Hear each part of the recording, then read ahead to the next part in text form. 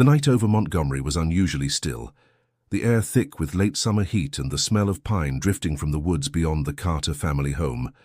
Malik Carter sat on the porch steps, his old radio humming soft jazz, the kind his grandmother loved to hum while sewing quilts by hand. He could almost hear her voice now, gentle and steady, wrapping the house in warmth. But that night, something was different, like the quiet before a storm that didn't belong to this world. At first he thought the low rumble in the distance was thunder. Then came the flash, a streak of silver fire slicing through the sky, bright enough to turn the trees white for a heartbeat. A second later the ground trembled, and a thunderclap rolled across the fields. The radio buzzed and went dead.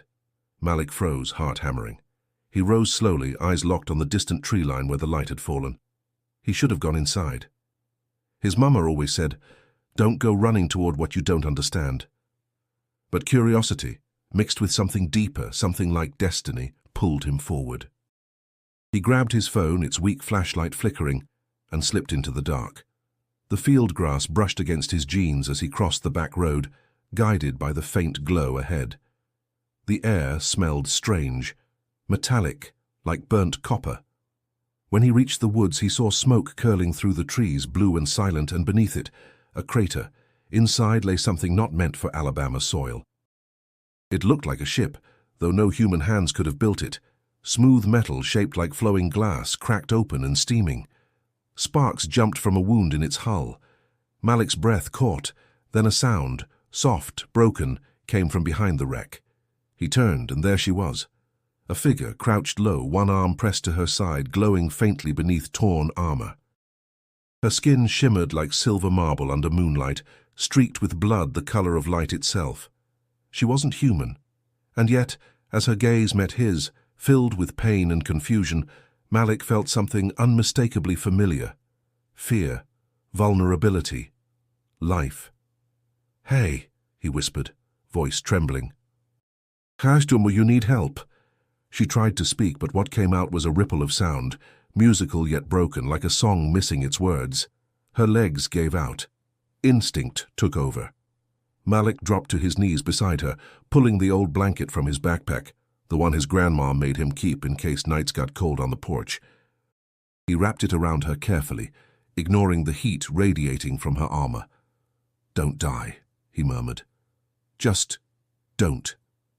Her eyes flickered, shifting in color like dawn reflecting off water. Then her hand brushed his arm, trembling, and for a moment her breathing steadied. Malik didn't know what he was doing or what this meant, but he knew one thing. Leaving her here wasn't an option. He heard distant sirens. Maybe thunder again, maybe not. Somewhere behind him dogs barked. He stood, torn between fear and resolve. He'd read about UFO hoaxes, watched documentaries, but this was real, and real demanded choice. He took one last look at the glowing wreckage, then back at her fragile form. "All right," he whispered, swallowing hard. "We'll figure this out together." The wind shifted, carrying the smell of rain. The stars above seemed dimmer now, swallowed by clouds forming fast. Malik lifted her as best he could, staggering beneath her weight, the quilt slipping across her shoulders like a promise. Step by step, he carried her toward the safety of the trees. Behind them, the wreck pulsed faintly, one last heartbeat of alien light, before fading into silence. Malik didn't yet understand that this night would divide his life into before and after. He only knew he couldn't turn away from the being who had fallen from the sky into his world. And if stories like this, about courage, empathy, and the quiet power of doing what's right, speak to your heart, subscribe to our channel for more tales that remind us what it truly means to be human. Malik's arms ached by the time he reached the small tool shed behind his house.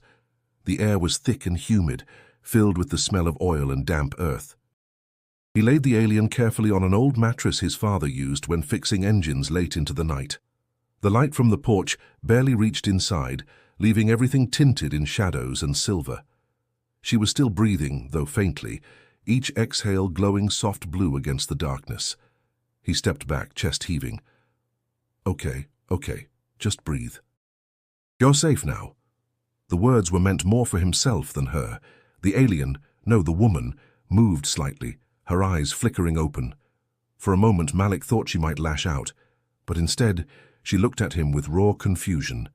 He knelt, holding up his hands slowly, palms open. "I'm not going to hurt you, all right? I'm just trying to help." Her gaze followed the movement of his hands. Then, with visible effort, she tried to lift her own arm. The armor made a faint mechanical hum, and Malik noticed the metal was cracked, sparking. Carefully, he touched a piece of the suit, feeling its heat. The contact made her flinch. "Sorry," he murmured. "That looks bad. You understand me?" She tilted her head, her mouth forming sounds that reminded him of wind chimes caught in a storm. It wasn't language as he knew it, but it carried rhythm and emotion. He felt her trying to meet him halfway. Malik remembered how his mother once said compassion didn't always need translation. That thought steadied him. He rummaged through a box and found a water bottle. Unscrewing the cap, he offered it to her, motioning to drink. She hesitated, staring at the clear liquid as though studying its purpose, then took a cautious sip. Her throat pulsed faintly, light tracing the veins in her neck. When she finished, she exhaled something like a sigh. Malik smiled despite himself. "Guess you do get thirsty after crashing a spaceship." A strange sound escaped her lips, a short, melodic burst that almost resembled laughter. Malik blinked, startled, then laughed softly too. "Well, look at that. Guess we ain't so different after all." He grabbed an old towel and dipped it in a bucket of rainwater. Gently, he cleaned the edges of her wound. She winced, her hand twitching near the broken armor. Beneath the layer of strange metal, he caught a glimpse of skin, smooth and translucent, faintly iridescent. The silence between them deepened into something fragile but safe. Outside, crickets sang beneath the trees, and the occasional car hummed by on the distant road. Malik's heart slowed to match the rhythm of the night. He thought about calling for help, maybe his mom, maybe someone from the hospital, but what could he even say? "Hey, Mama, I found a woman from outer space in the shed." He shook his head. No one would believe it. Worse, someone might come and take her away before he could understand what had really happened. She shifted suddenly, pressing her hand to her chest. Malik saw panic flash across her face. He realized she was searching for something, some tool, maybe a weapon. She looked up at him sharply. He raised his hands again. "It's all right. You're safe. Nobody's going to hurt you here." Her gaze softened. She pointed weakly toward the stars visible through a crack in the roof, murmuring in her melodic tongue. Then she touched the blanket around her shoulders, the quilt his grandmother had made. Her fingers brushed its patterns, and she whispered a sound that almost resembled the word warm. That single word made Malik's throat tighten. "Yeah," he said quietly. "That blanket's been through a lot. Guess now it's part of your story, too." She blinked slowly, eyelids heavy, and lay back. The glow beneath her skin dimmed as she drifted into sleep. Malik sat nearby, too wired to rest. He watched the faint rise and fall of her chest, the quilt rising with it, and tried to imagine what world she came from, and what kind of war could have sent her crashing to his doorstep. Somewhere in the distance, thunder rolled again. But this time, Malik didn't move. He stayed there, watching over her as stars flickered through the clouds, wondering what the morning would bring. Morning crept over Montgomery in shades of gold and grey, the sun pushing through a haze that still smelled faintly of smoke. Malik hadn't slept. He sat on an overturned crate near the shed door, eyes fixed on the alien woman resting beneath his grandmother's quilt. She hadn't moved much through the night, but her breathing had grown steadier, and that faint inner glow pulsed like a heartbeat. He rubbed his eyes, mind racing. Every logical part of him screamed to tell someone, his mama, the police, the news. But every time he looked at her, something inside him whispered no. She wasn't an enemy. She was just lost, hurt, and alone. "All right," he muttered softly, as if convincing himself. "We just got to figure out how to talk, that's all." When she stirred, he straightened quickly. Her eyes opened, clear and strangely deep, reflecting the morning light in shifting hues. Malik smiled nervously. "Hey there, morning. You feeling any better?" She blinked, her gaze drifting around the shed as though cataloguing each sound, the creak of wood, the hum of cicadas, Malik's uneven breathing. Then she looked back at him and said something soft, a sequence of tones that rose and fell like a melody. Malik frowned. "Yeah, I don't understand a word of that." Her expression tightened, frustration flickering across her face. She gestured to herself, tapping her chest. "Asha, Riel." Malik's eyes widened. "Asha, Riel? That's your name?" She repeated it, slower this time, then pointed at him. "Me?" "Malik." He tapped his chest the same way. "Malik." Her lips moved carefully, trying to imitate the sounds. Like. He grinned, surprised at how proud that made him feel. "See? We're getting somewhere." For the first time, she smiled back, a small, tired curve of the lips, but real. Malik felt something in his chest shift, like two distant worlds finally noticing each other. He reached into his backpack and pulled out a granola bar, holding it up. "Food." He mimed eating, then offered it to her. She took it cautiously, turning the wrapper over before sniffing it. After a moment, she nibbled the corner, and her eyes widened at the taste. Malik laughed. "Yeah, it ain't much, but it's better than crashing on an empty stomach." She said something that sounded like approval, a soft trill that made Malik's skin prickle. She was learning fast. He spent the next hour pointing at things, naming them, and watching as she repeated each word in her own accent. "Hand," he said, showing his palm. "Light," pointing to the window. "Blanket." When he said that last one, she touched the quilt gently, whispering the word with surprising care, as though it held sacred weight. The moment carried a strange peace, until a distant roar broke it. Malik stiffened. Military jets thundered somewhere beyond the clouds. Ashariel's posture changed instantly, alert, wary, ready. She whispered something rapid and sharp, eyes scanning the sky as if expecting an attack. Malik's stomach knotted. "You think they're looking for you?" She didn't answer, but her silence was enough. The light beneath her skin flickered faster, almost like panic. Malik crouched beside her. "Hey, it's all right. You're safe here, I promise. Nobody's coming for you right now." She turned to him, studying his face as if weighing those words. Then, slowly, she nodded. Still, Malik couldn't shake the feeling that time was running short. The military didn't miss things falling from the sky, not even out here. If they found her... He didn't want to finish that thought.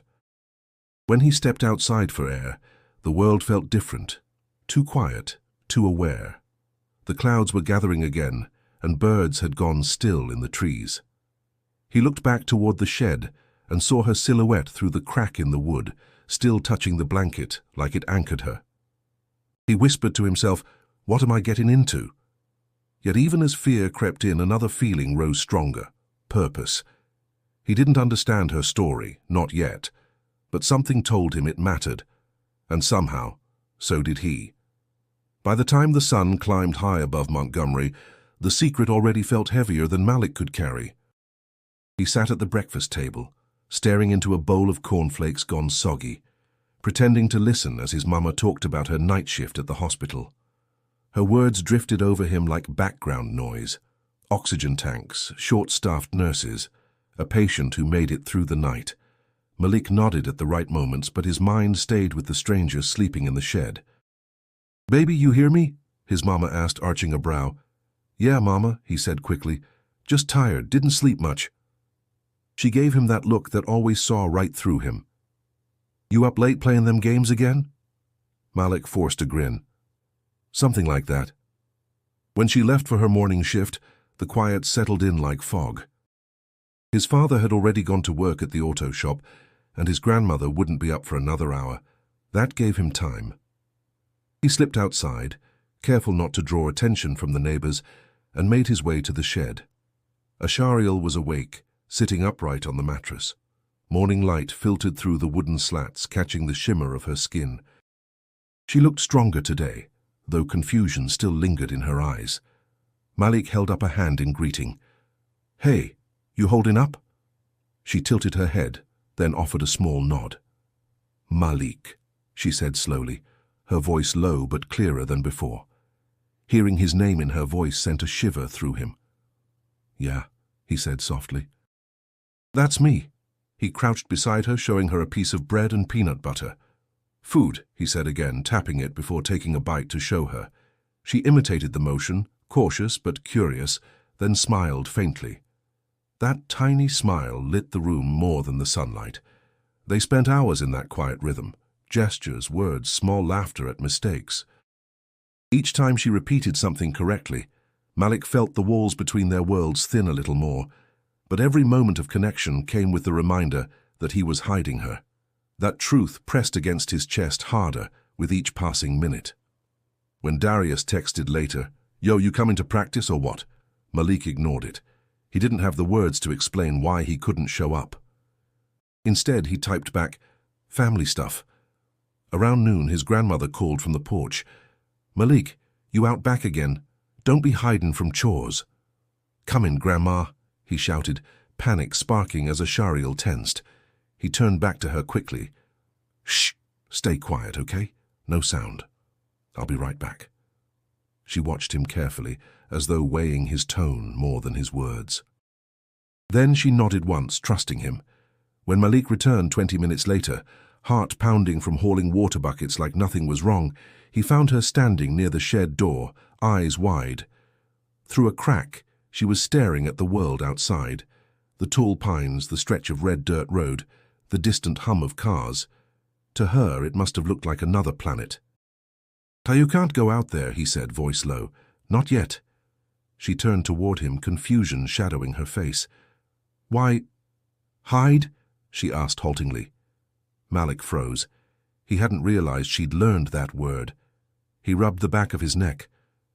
"'Cause people here, well, they don't do too good with different. Especially when different shows up falling out the sky." Her brows furrowed, but she seemed to understand more than he expected. After a moment, she whispered, "Fear." He met her eyes, startled. "Yeah, fear." Outside, the faint whir of a helicopter passed overhead, stirring dust from the trees. Malik ducked instinctively, then glanced at her. She was standing perfectly still, gaze fixed upward. The hum faded into distance, but its echo stayed inside him. He took a slow breath. "You gotta trust me, Ashariel. Nobody can know you're here. Not yet." She hesitated, then placed her hand gently on his chest, right where his heart beat fast and loud. "Trust," she said quietly.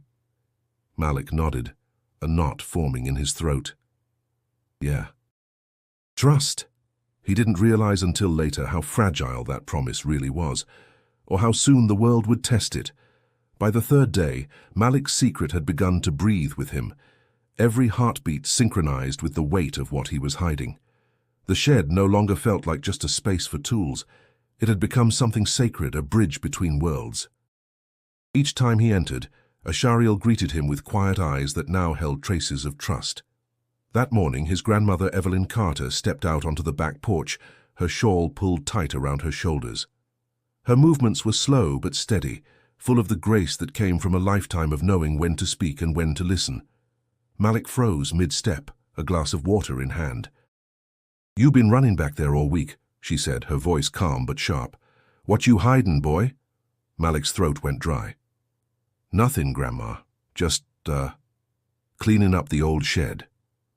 Evelyn tilted her head, her silver-gray curls catching the light. "Cleaning? Since when you care that much about chores?"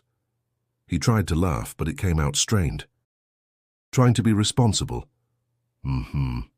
Her eyes narrowed slightly. "You sound like your daddy when he lied about fixing that roof."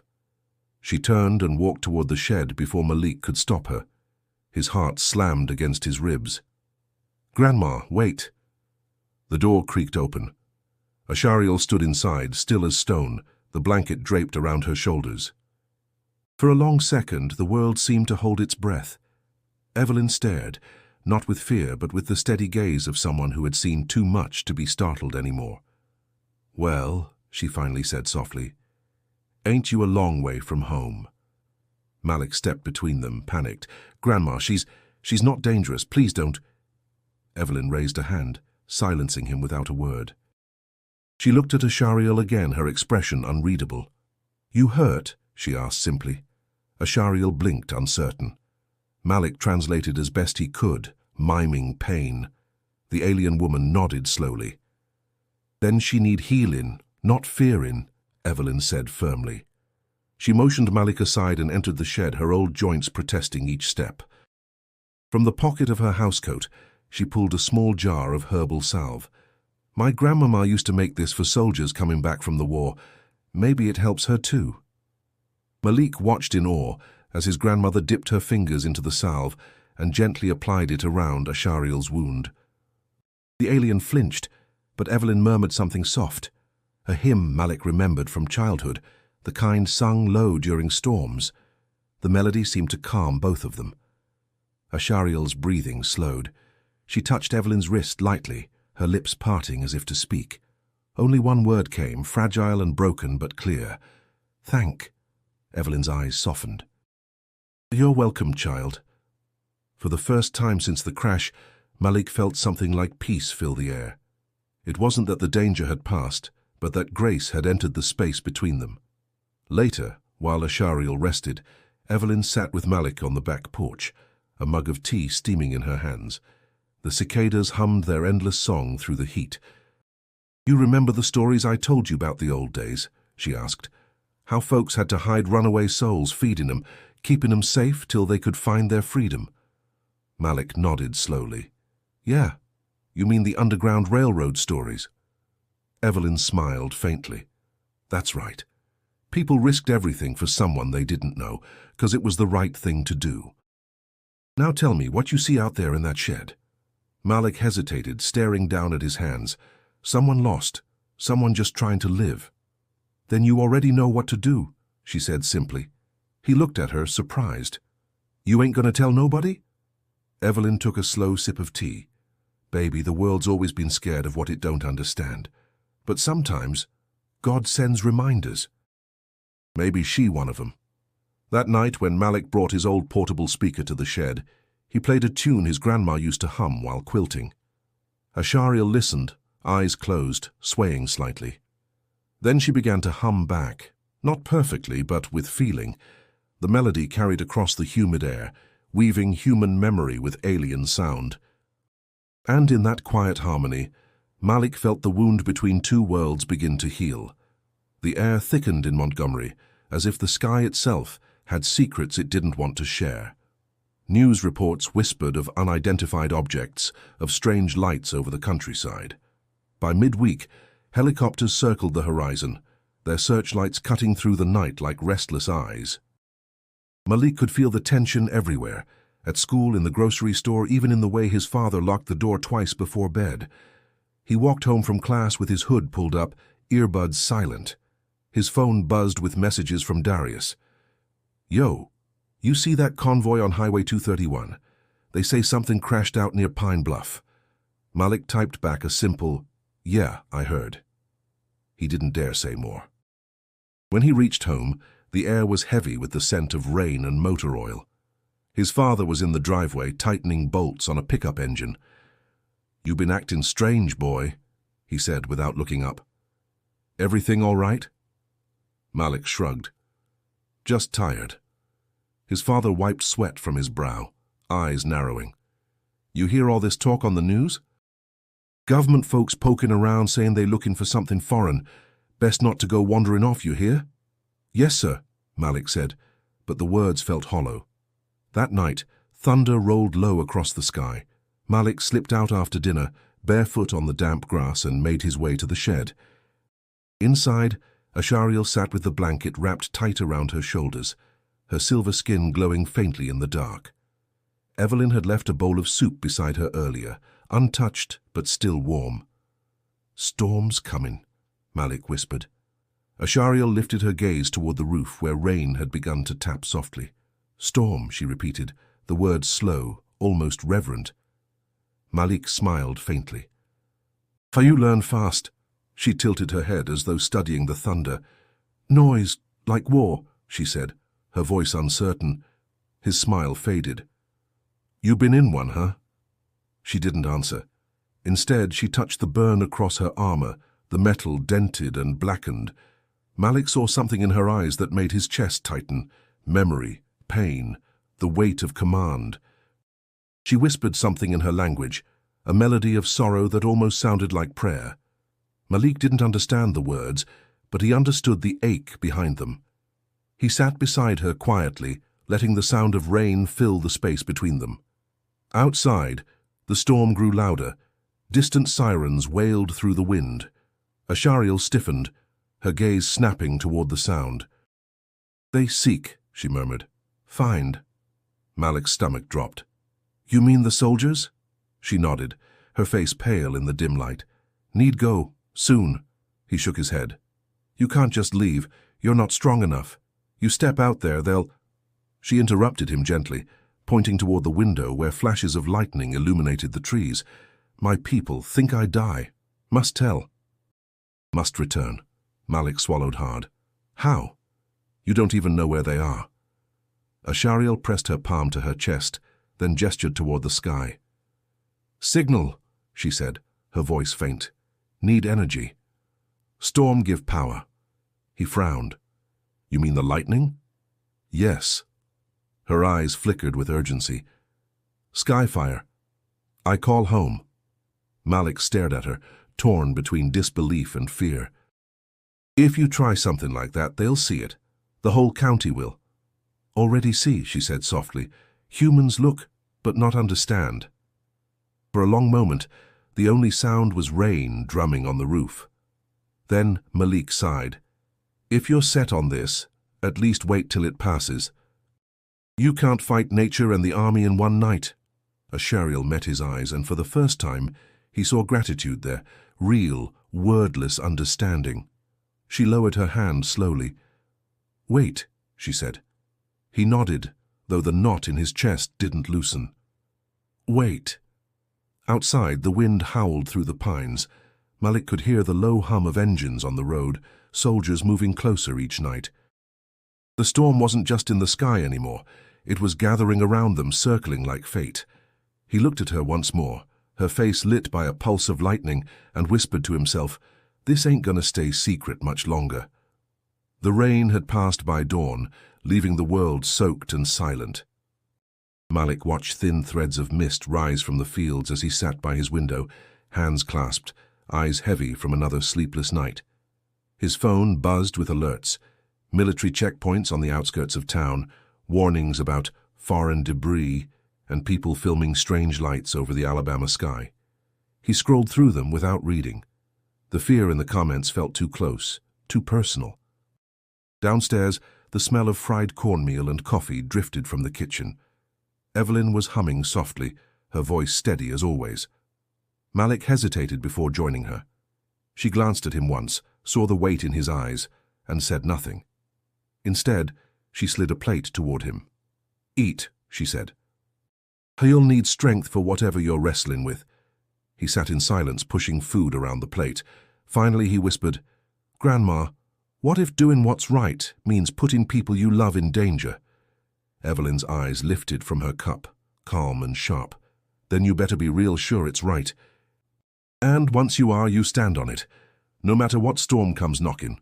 Her words sank deep, heavier than the thunder outside. Malik nodded slowly. "I think I already know." When he slipped out to the shed later that morning, Ashariel was awake and pacing slowly, each step still stiff but stronger than before. Her gaze lifted when he entered. "Storm, gone," she said softly. "Yeah," Malik replied. "But another one's coming." She looked at him curiously. He motioned for her to sit. "You said you need to reach your people, right? You want to go back?" "Yes," she said, her voice firmer. "My duty." Malik rubbed his hands together, nervous. "If you try sending that signal, the military's going to know exactly where you are. They'll come fast." Her expression didn't change. "Still must try." He swallowed hard. "They ain't going to just let you go. They'll think you're some kind of weapon. They'll hurt you." "Better I die free," she said quietly, "than live hidden." The words hit him harder than he expected. He thought of his grandmother's stories, the ones about people running through swamps and woods, hunted for the color of their skin, choosing danger over chains. The parallel was too sharp to ignore. He stood, pacing. You talk about duty, but what about me? What about my family if they find out I've been hiding you? Her eyes softened. I not ask you risk, she said. Already owe life to you. That ain't what I mean, he snapped, voice breaking. He stopped, pressing a hand to his forehead. I can't let them take you. Not after all this. Silence stretched between them, heavy with everything neither could say. Ashariel stepped closer, resting a trembling hand on his arm. You heart strong, she whispered, but fear heavy. Must choose. He met her eyes, the strange luminescence within them reflecting his own turmoil. He remembered what Evelyn had told him that morning, stand on what's right. But what was right? Protecting his family or helping someone who had no one else? He exhaled slowly, the answer forming before he could stop it. If you're going to do this, you're not doing it alone. I'll help. Ashariel tilted her head. Help me go. Help you get to wherever you need to be, safely. Her gaze searched his, unsure if she'd heard right. Why?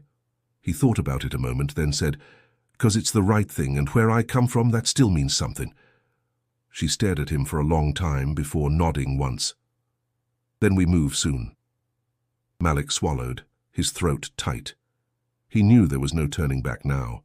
Whatever happened next would change everything. His home, his peace, maybe even his life. As he turned toward the shed door, thunder rumbled again far off in the distance, soft but steady, like the earth reminding him that storms never really end. They just change shape. The night air clung to Malik's skin, thick with humidity and tension. He checked the straps on his old hiking backpack, heart racing faster than the cicadas' song echoing through the trees. The plan was reckless, maybe impossible, but he'd made his choice. Ashariel stood nearby, the blanket still draped across her shoulders like a fragile flag of peace. Her posture was stronger now, her breathing steady, though Malik could still see pain hiding in her eyes. You sure about this? He whispered. She nodded, clutching a small metallic shard she'd taken from her wrecked armor. Signal beacon, she said. Broken but can guide my people. Malik swallowed. Then we find high ground. Old red clay fields got the highest ridge round here. Then go, she replied simply. He glanced back at the house, at the faint glow of the porch light, where his grandmother's shadow moved behind the curtains. He wanted to tell her everything, to thank her, but words would only slow him down. He turned away before doubt could root itself. They moved quietly through the woods, guided by moonlight filtering through the pines. The night pulsed with sound, frogs, distant thunder, the low hum of patrol drones sweeping somewhere beyond the treetops. Malik ducked instinctively, pulling Ashariel beneath the cover of an oak. Stay still, he whispered. The drone's red beam scanned across the forest floor before gliding away, fading into the dark. Ashariel exhaled shakily. Your world hunts much. He gave a humorless chuckle. Yeah, that's something we're good at. They continued on, every crunch of leaves sounding too loud. Malik's mind raced. Each step took them farther from safety, closer to the unknown. Still, something deeper pushed him forward, a quiet conviction that helping her mattered more than the fear clawing at his chest. After nearly an hour, they reached the ridge. From there, the land unfolded in silence, fields shimmering faintly under moonlight, the town a sleepy blur in the distance. Ashariel stopped, lifting her face toward the sky. Here, she murmured. Good. Malik nodded. All right. Do what you gotta do. She crouched, setting the shard on the ground. It hummed faintly, glowing brighter as she pressed her palms over it. Lines of blue light traced up her arms, shimmering like veins of electricity. Malik took a step back, half in awe, half in fear. He whispered, Please don't bring the whole army here. Ashariel didn't answer. Her eyes were closed, lips moving in rhythm with the hum. Then, faintly, images began to shimmer in the air above the shard, holographic flickers of her world. Malik froze, He saw oceans tinted silver, mountains that glowed from within, skies filled with light instead of stars. Cities unlike anything he'd imagined, alive with motion and song. It wasn't a vision of conquest, it was beauty. Ashariel opened her eyes, catching his expression. "Home," she said softly. "My people fight, lose much. I fight to keep light." Malik stared, words caught in his throat. "They're at war." "Yes. Others take worlds, silence them. We resist." He thought of his grandmother's hymns, of history lessons about people fighting for dignity, for breath. It felt familiar in a way that made his chest ache. "You're fighting the same kind of battle we did," he murmured. Ashariel frowned slightly. "You fight too?" He looked at her, the memory of old stories flashing through his mind. Selma, Montgomery, marches down these same roads. "Yeah," he said quietly. "Still do." For a moment neither spoke. The wind carried a faint hum from the beacon, steady and alive. Then Ashariel whispered, "You help me, even when danger comes. Why?" Malik hesitated. "Because my people taught me that freedom ain't meant to belong to just one kind." Her expression softened. "Then your kind, worth knowing." He smiled faintly. "Sorry it went too bad yourself." But before he could say more, the beacon flickered violently, pulsing brighter than before. Malik stepped back as Ashariel gasped, clutching her chest. "What's wrong?" he shouted. She looked toward the horizon, fear crossing her face. "They hear all. Not just mine." Malik turned toward the distance, where a faint rhythmic hum grew louder, like engines waking in the dark. His stomach dropped. "You mean they're coming?" Ashariel's answer was barely a whisper. "Yes, and not only friends." The sound of engines grew louder through the trees, low and rhythmic like an approaching heartbeat. Malik's pulse matched it, pounding in his ears. The beacon still glowed faintly on the ridge, its light fading into the soil, but whatever signal it sent had already escaped into the sky. Ashariel stood frozen, staring upward as though she could read messages hidden in the stars. "They're coming, ain't they?" Malik said, trying to keep his voice steady. She nodded slowly. "Yes, but not know who." He swallowed hard. "You mean you called both sides?" Her silence was answer enough. Malik cursed under his breath and turned in a slow circle, searching for any sign of movement. The forest felt too quiet, like even the crickets had gone into hiding. "So, what happens now?" he asked. "You got a plan?" She looked at him, and though he saw fear there, he also saw resolve. "I wait. They come." "I see. Who remember honor?" Malik shook his head, pacing. "That's not a plan, that's suicide. We got to move before they find us." "No," she said firmly, her accent sharpening each syllable. "Run mean lose. Stand mean truth." He stared at her, frustrated. "You don't get how people here work. You show up looking like that, talking like that, they won't ask questions. They'll just shoot first." She stepped closer, eyes bright in the dim light. "Then you teach me." He blinked. "Teach you what?"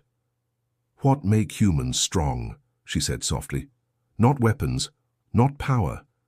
The thing that keep you fight, even when you lose." Malik hesitated, then sat on a fallen log, rubbing his hands together. "You really want to know what makes us strong?" "Yes." He took a deep breath.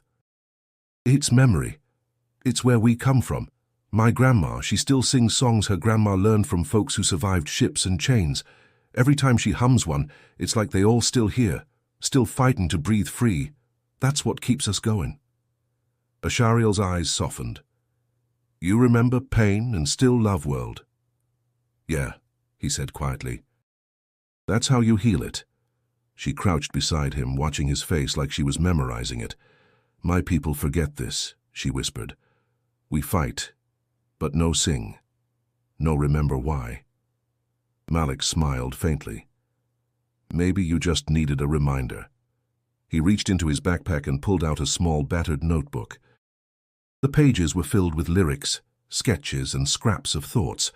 his way of holding on to things that felt too heavy to speak. He handed it to her. Here, I write stuff when I can't make sense of things. Music helps. She flipped the pages gently, tracing a drawing of hands joined together. This, your story? Part of it, he said. Yes, now it's ours. For a while they sat in silence, the night around them alive again with soft noises. Malik watched her study the notebook like it was sacred, and for the first time since she crashed, he didn't just see an alien soldier. He saw someone carrying the same kind of weight he'd grown up hearing about, burdens passed down from ancestors, from losses that couldn't be undone, but could be remembered. He said quietly, "You know, maybe that's what humanity really means. Not being from Earth or some planet, just choosing to care even when it hurts." Ashariel looked up, her gaze deep and shimmering. "Then you're more than human," she said softly. "You are heart." Malik felt a lump rise in his throat. "Nah," he said, smiling a little. "Just trying to do right." Before either could speak again, the sound of engines cut through the night once more, closer this time, sharper. Ashariel tensed, clutching the beacon. Malik's stomach twisted. She whispered, "They near." He glanced toward the ridge where faint beams of light flickered between trees. Soldiers, maybe. Or something worse. Malik looked back at her, determination replacing fear. "Then I guess it's time to see who shows up first." The wind carried the first drops of rain again, cold and deliberate. Malik tightened the straps on his backpack and met her eyes. "Whatever happens," he said, "we stick together." Ashariel nodded once. Together. And as the rain began to fall harder, washing moonlight into silver streaks, Malik felt something settle inside him. A quiet certainty that, for the first time, he wasn't running from his place in the story. He was walking straight into it. The following morning carried an uneasy stillness, the kind that hides something waiting to break. Malik's clothes were still damp from the night before, and his muscles ached from running. He'd barely slept. Every sound, the creak of the house, the hum of the refrigerator, made his heart jump. He couldn't shake the feeling that they'd been seen, or that someone had followed them back. At breakfast, his father watched him too closely. "You look like you ain't closed your eyes all week," he said, setting his coffee down. "You mixed up in something, Malik?" Malik hesitated, spoon halfway to his mouth. "No, sir. Just been studying late." His father's gaze lingered, then shifted toward the window.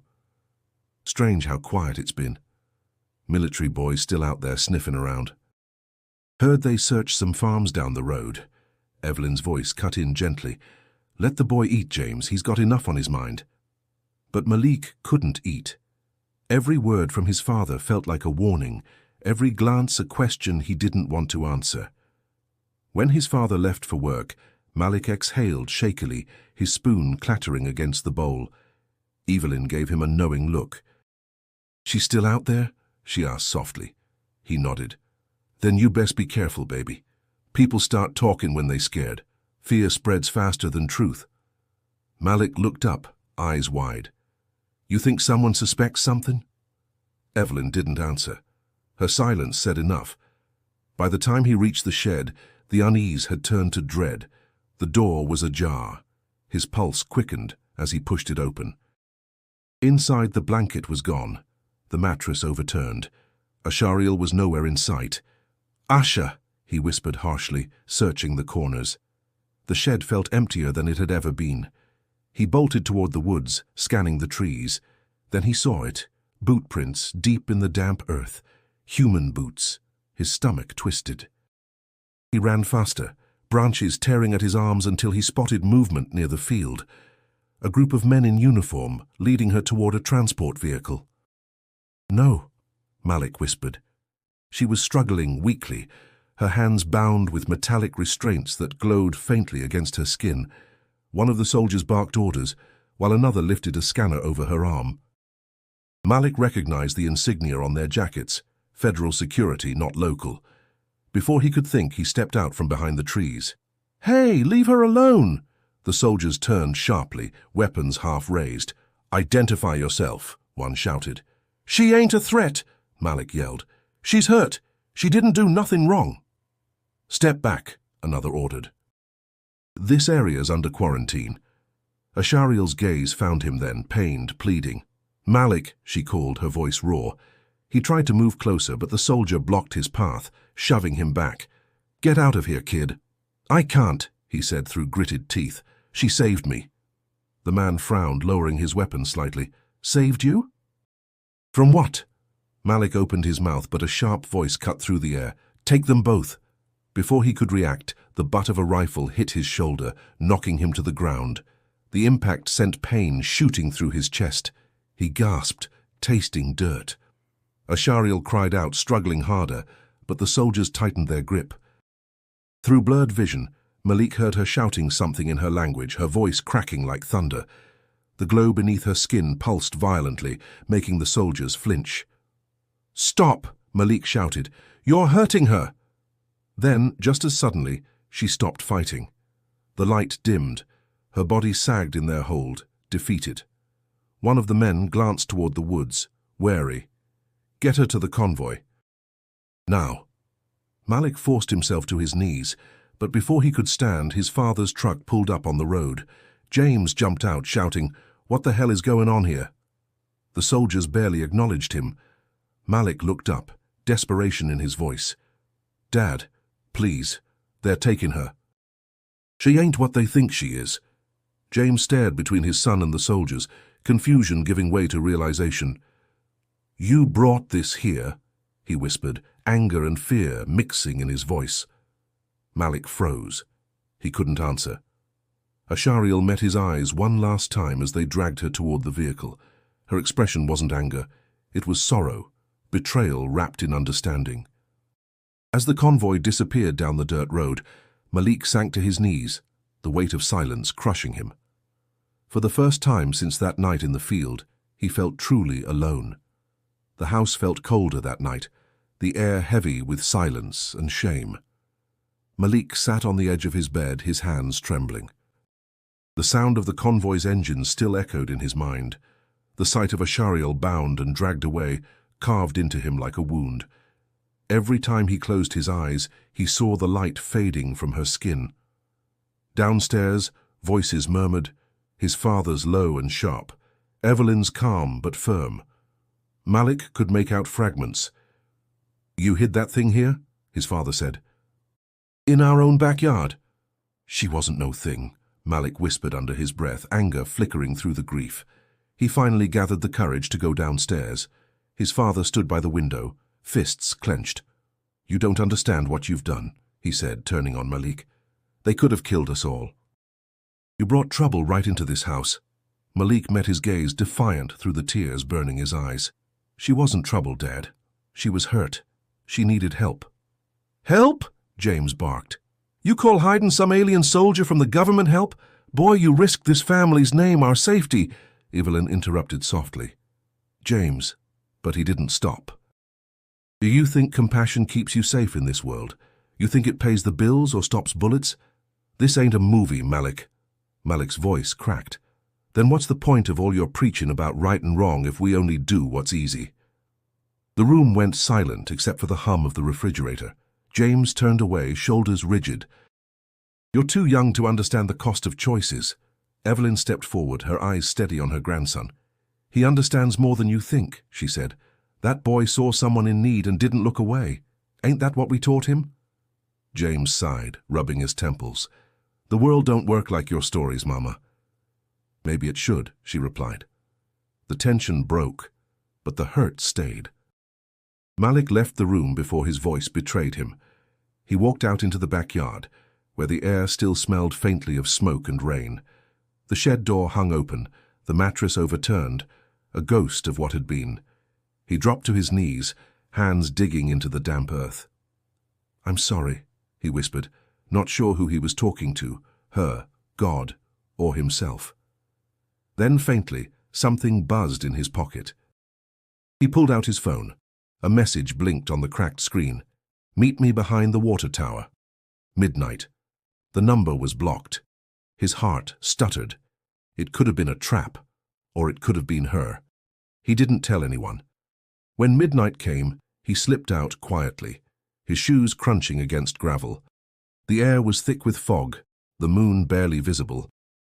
The old water tower loomed like a shadow from another time. A figure waited beneath it. Darius. "Man, where you been?" Malik hissed. "You sent this?" Darius nodded. "Heard what happened. They took her, didn't they?" Malik's jaw tightened. "Yeah. I got something you need to see," Darius said, pulling up a video on his phone.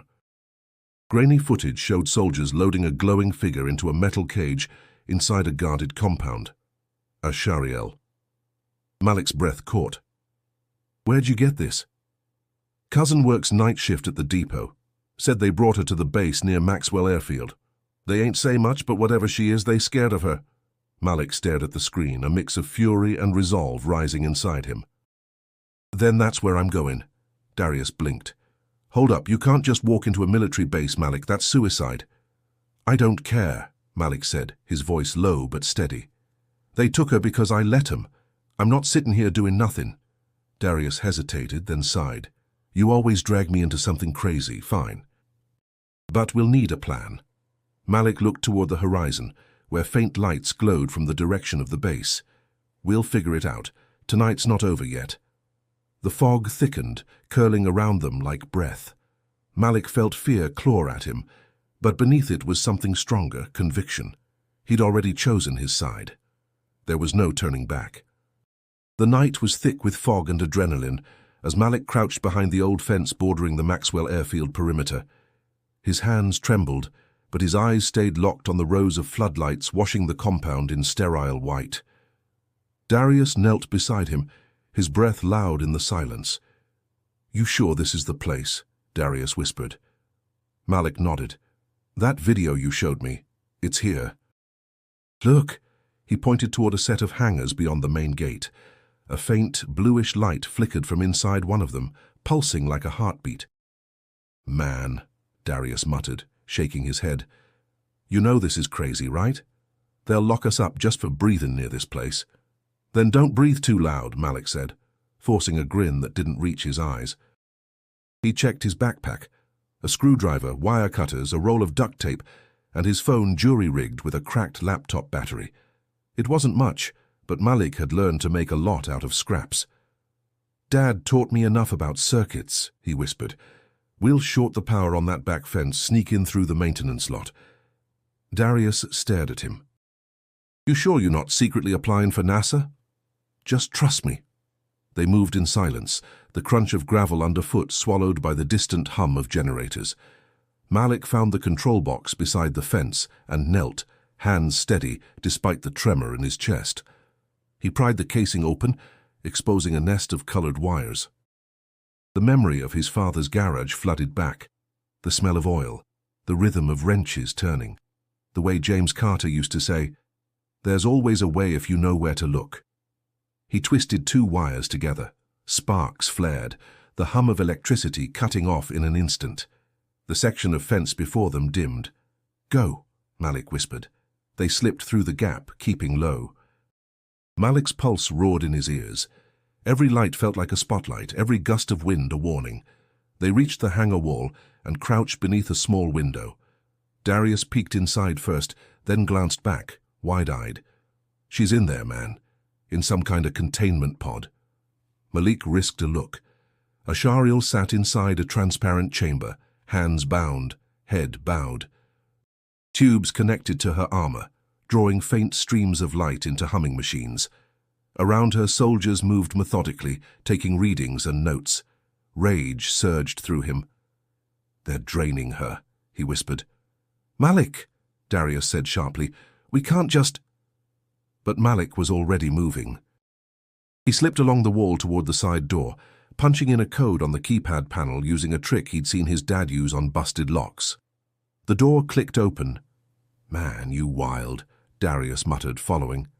Inside, the air was colder, metallic. Malik's shoes squeaked faintly on the concrete floor. He scanned the area, spotting a control panel near Ashariel's pod. Two guards stood nearby, talking quietly. Malik ducked behind a supply crate, whispering, "You take left, I take right." "Wait, what?" Darius hissed, but Malik was already moving. He grabbed a wrench from the crate and tossed it across the floor. The sound clattered loud enough to draw one guard away. As the man turned, Darius lunged, shoving him against the wall. Malik charged the other, slamming a knee into his gut. The soldier crumpled, gasping. Malik didn't stop to think.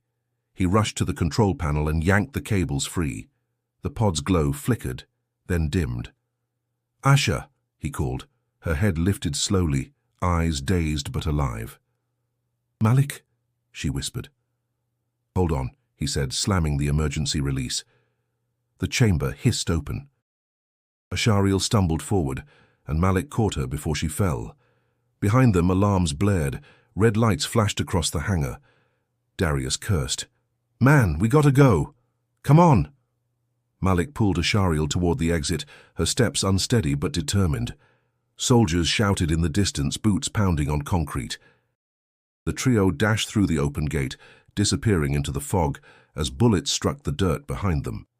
They didn't stop running until the lights of the airfield were just aglow on the horizon. Malik dropped to his knees, gasping, while Ashariel sank beside him, her voice trembling but sure. "You came," she said. "Didn't have a choice," he replied, breathless. "You'd have done the same." Ashariel looked at him with something fierce and unspoken. "Then we run until dawn." Malik nodded, the weight of their flight pressing against his ribs. "Yeah," he said quietly. "Till dawn." The world had narrowed to the rhythm of running feet and the ragged sound of breath.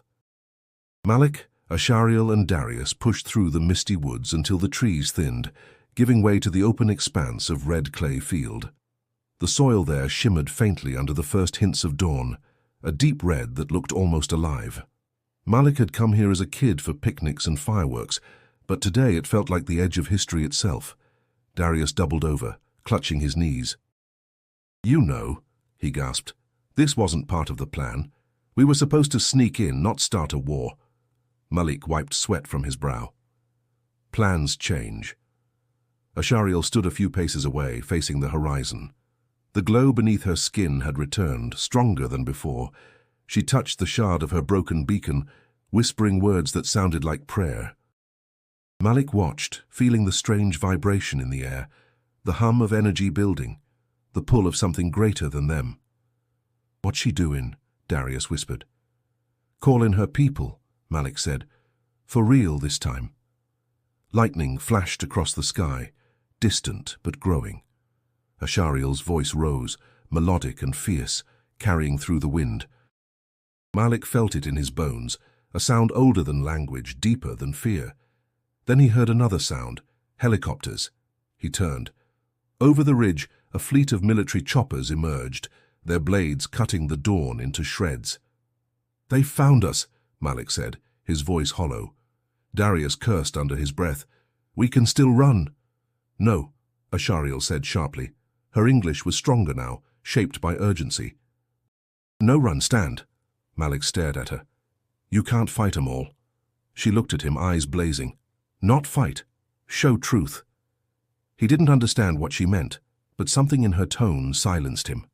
The wind shifted, thick with electricity. Above them, a faint glimmer appeared in the clouds, a fleet of silver silhouettes descending silently, like ghosts of light. Ashariel turned toward Malik, her expression fierce but calm. "My people come." The ground trembled. The first human soldiers arrived at the edge of the field, rifles raised, voices echoing through megaphones. "Drop your weapons! Hands where we can see them!" Malik stepped forward instinctively, hands lifted. "She's not your enemy," he shouted. "She's not—" Ashariel reached out, stopping him with a touch. "Let me speak." The air thickened as her people's ships broke through the clouds, sleek and radiant, hovering above the red earth. For a heartbeat, time seemed to stop.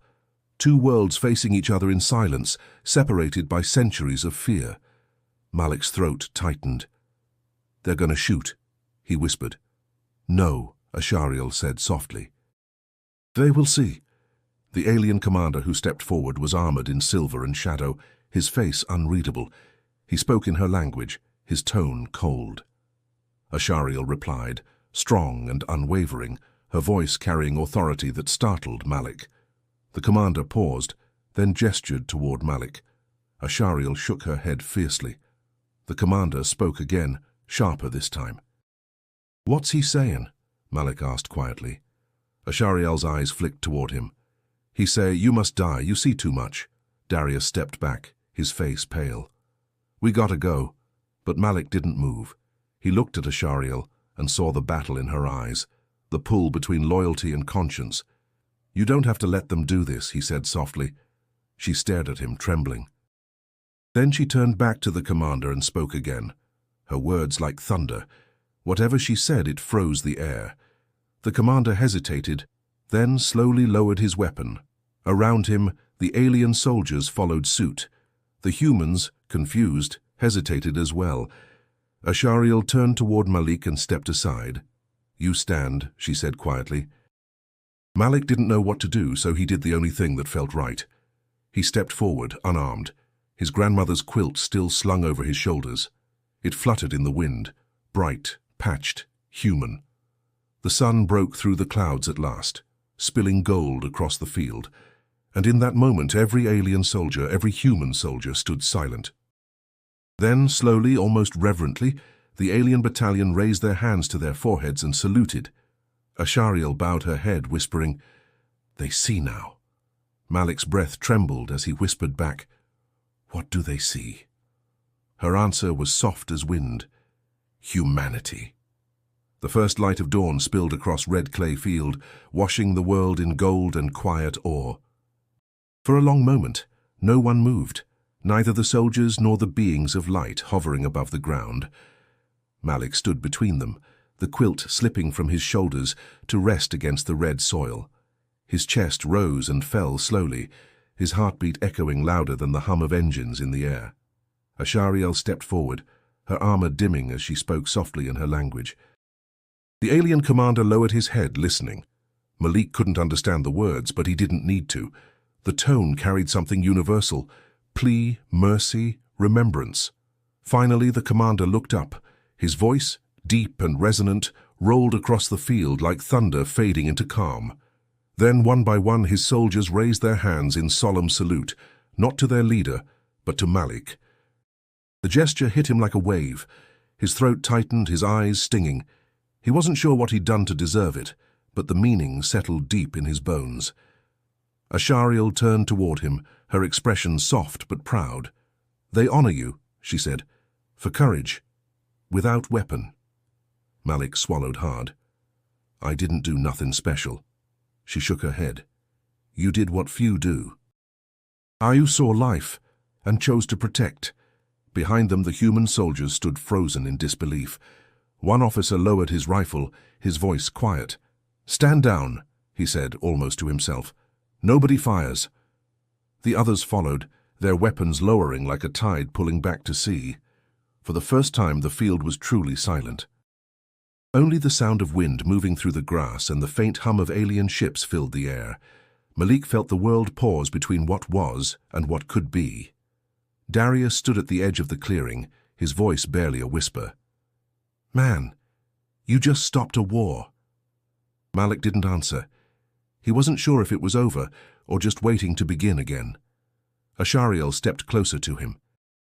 Her eyes reflected the morning light, their usual glow softened into something almost human. "I must go now," she said quietly. He felt the words before they sank in. "Go. Wait. You mean now?" She nodded. "If I stay, your leaders will hunt. My people too, but they will remember this place." Malik took a breath, steady but strained.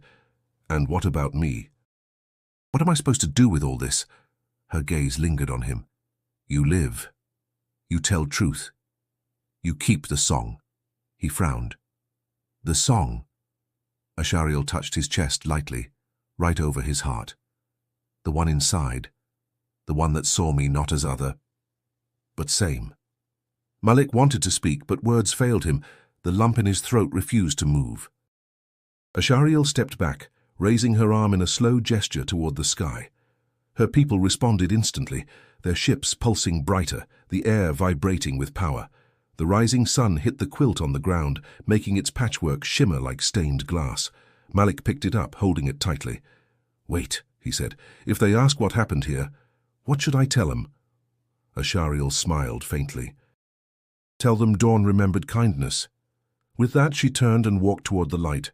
The wind stirred, carrying dust and warmth.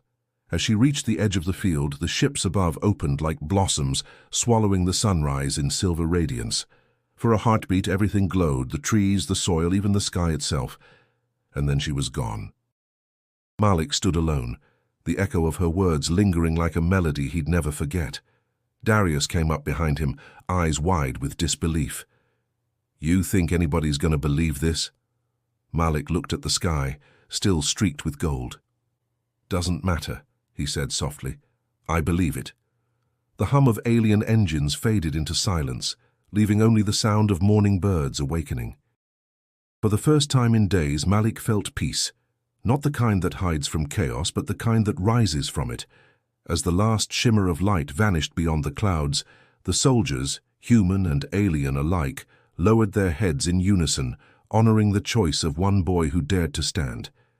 The days after Red Clay Field felt unreal, like the world was holding its breath.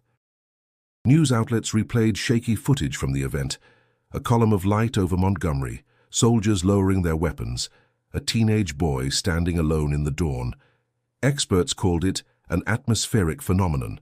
Officials denied everything. But the people had seen enough to know better. Malik stayed mostly inside, the weight of what had happened settling over him like fog. He didn't want fame or questions. He wanted quiet. Yet everywhere he went, whispers followed. "That's the Carter boy," they said at the grocery store, "the one who stood out there with that alien." At night, he sat on the porch where it all began, the quilt folded in his lap. The patterns caught the moonlight, each patch a reminder of something human, history stitched into fabric. He traced one corner with his thumb and thought of Ashariel's last words, "Keep the song." Evelyn joined him one evening, her steps soft, her presence grounding. "You been sitting out here every night, baby," she said. "What's on your mind?" Malik hesitated. "She said to keep the song, Grandma." "I think I know what she meant, but I don't know how." Evelyn smiled faintly, her eyes glinting with wisdom that had outlasted decades. "Songs don't always need singing, Malik. Sometimes they're in what you do, what you choose. Every kind act, every truth you speak, that's a verse. You keep living right and the song keeps playing." Her words sank deep. Malik nodded slowly. "Guess I just wish I could tell her that." Evelyn looked up at the stars, her voice quiet. "Maybe she already knows." Weeks passed. The field where everything happened became a quiet memorial. Flowers appeared there, and sometimes strangers came to stand in silence. No one knew the full story, but everyone felt something, an echo of the impossible that refused to fade. Malik returned there often. He'd stand barefoot on the red soil, feeling its warmth, and listen to the wind moving through the pines. Sometimes he thought he heard her voice in it, soft, melodic, distant. Other times, it was just the hum of life continuing, but he smiled anyway. One afternoon, while sitting in the shade of an oak, a car pulled up on the dirt road. A man in a dark suit stepped out, his expression unreadable. "Malik Carter?" Malik rose slowly. "Depends who's asking." The man extended a card. "United Earth Research Council. I'm not here to interrogate you, just to talk." Malik eyed the card warily. "I already told everybody what happened." "Yes," the man said, "but we're not interested in what you saw. We're interested in what you did. We think what you showed out there might be the foundation for something bigger." Malik frowned. "You mean peace?" The man smiled faintly. "Maybe, if the right people listen." Malik looked past him toward the sky.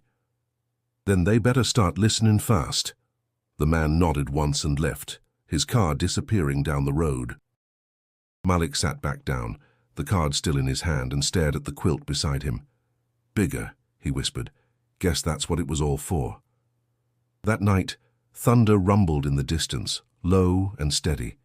Malik stood on the porch again, watching the horizon. The stars burned brighter than before, as if remembering something sacred. He lifted the quilt over his shoulders, the same one that had covered Ashariel, that had bridged two worlds, and closed his eyes. He could still feel her hand on his chest, her voice saying the song inside. Maybe that was all humanity ever needed to keep going. Not power, not dominance, but remembrance. The courage to see each other not as strangers, but reflections of the same light. He took a deep breath and whispered into the night, "We're still singing, Asha." And somewhere far beyond the clouds, a faint pulse of silver light shimmered in answer, just for an instant, like a heartbeat echoing through the stars. Malik smiled. "Guess you heard me. If Malik's story moved you, if it reminded you that kindness can bridge any distance, subscribe to our channel and keep the song alive. Click the next video on your screen to continue exploring stories that celebrate the strength, hope, and humanity within us all."